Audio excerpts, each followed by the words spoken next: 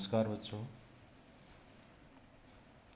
आज हम पढ़ेंगे एक विज्ञान का महत्वपूर्ण टॉपिक है कि परमाणु के मूल कण कौन कौन से होते हैं। परमाणु में 3 मूल कण कौन कौन से पाए जाते हैं। तो वो 3 कण हैं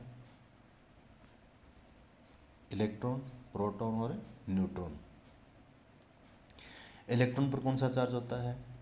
इलेक्ट्रॉन पर नेगेटिव चार्ज होता है यानी ऋणावेश होता है। प्रोटॉन पर कौन सा चार्ज होता है? पॉजिटिव चार्ज होता है यानी धनावेश होता है। और न्यूट्रॉन पर कौन सा चार्ज होता है? न्यूट्रॉन पर कोई भी चार्ज नहीं होता यानी ये उदासीन होता है। आवेश का मान कितना होता है?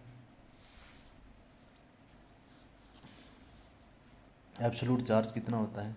तो इलेक्ट्रॉन पर आवेश का मान माइनस में होता है 1.602 गुणा 10 की घात माइनस 19 कूलम। 1.602 गुणा 10 की घात माइनस 19 कूलम।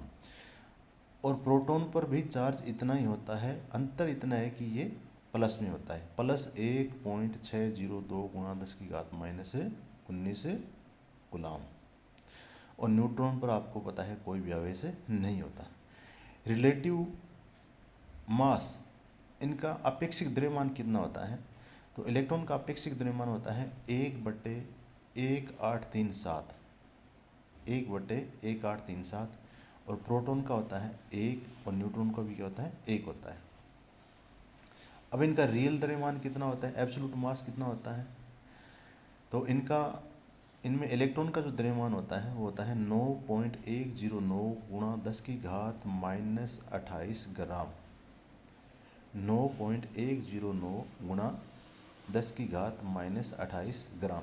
यदि आप किलोग्राम में लेना चाहो तो 9.109 गुणा 10 की घात माइनस 31 यानी माइनस 31 घात हो जाएगी, किलोग्राम हो जाएगा।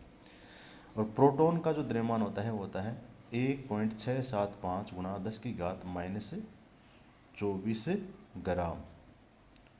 और यदि आप प्रोटॉन का द्रव्यमान लेना चाहो किलोग्राम में तो 1.675 गुणा 10 की घात माइनस 27 यानी 27 हो जाएगा किलोग्राम।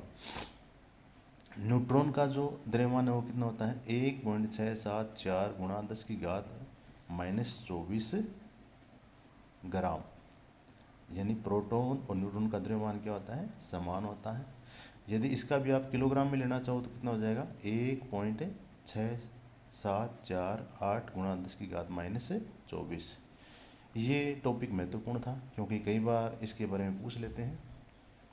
तो वीडियो आपको अच्छा लगा हो तो सब्सक्राइब जरूर करें। धन्यवाद।